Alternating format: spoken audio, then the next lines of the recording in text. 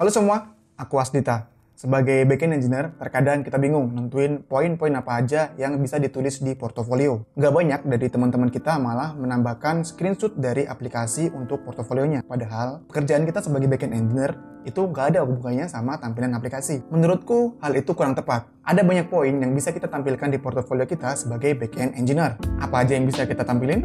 Mari kita bahas. Pertama, mini project. Untuk mendapatkan ide yang bisa kita jadikan mini project, teman-teman nggak usah bingung.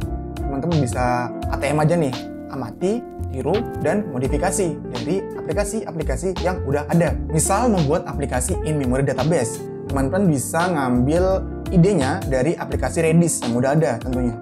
Terus kalau aplikasinya udah selesai dibuat, teman-teman harus mengupload ke server AWS atau server Heroku yang gratis. Atau kalau teman-teman punya sedikit modal, tadi bisa aku bilang di AWS atau GCP, supaya orang-orang yang tahu aplikasi ini bisa nyobain bareng-bareng. Nah, setelah itu, teman-teman harus membuat dokumentasi bagaimana cara install, bagaimana cara menjalankan aplikasi, dan yang terakhir adalah dokumentasi Postman-nya tentunya. Dokumentasi juga bisa dibuat di file readme.md ya. Lalu jangan lupa kodenya harus di-upload ke GitHub atau GitLab supaya orang-orang juga bisa tahu nih tentang apa sih yang kita buat dan bagaimana kodenya kita tulis. Yang kedua adalah membuat sistem desain dokumen. Tentunya dokumen ini dibuat berdasarkan aplikasi yang udah pernah kita buat. Nah, apa sih sistem desain dokumen itu? Sistem desain dokumen adalah suatu dokumen yang menjelaskan pertama, workflow. Yang kedua, text tag.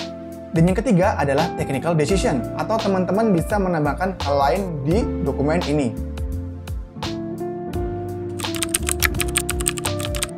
Yang ketiga, diagram arsitektur sistem. Kalau di poin kedua berupa dokumen, di poin ketiga ini teman-teman melengkapinya dengan bentuk diagram.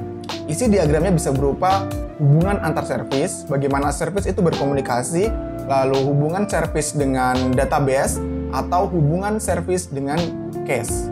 Biasanya, diagram ini dijadiin satu file dengan dokumen yang udah aku bahas di poin kedua. Opsi selanjutnya yang bisa kita buat sebagai portofolio adalah kita membuat artikel di blog.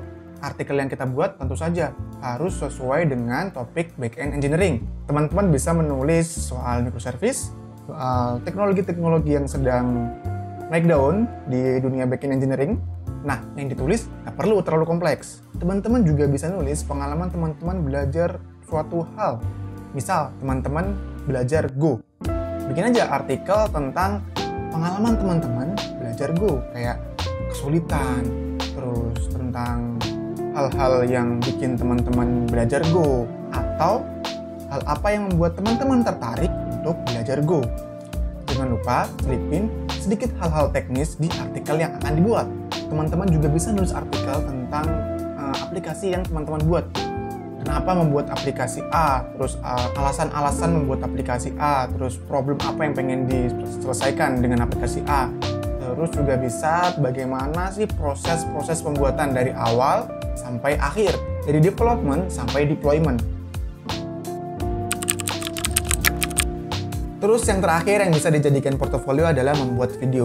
Buat video membahas mengenai topik backend engineering. Misal, teman-teman bisa membuat video mengenai microservice, teknologi yang saat ini sedang banyak dibicarakan di dunia backend engineering, video live coding proses pembuatan aplikasi, atau video tutorial belajar bahasa pemrograman baru.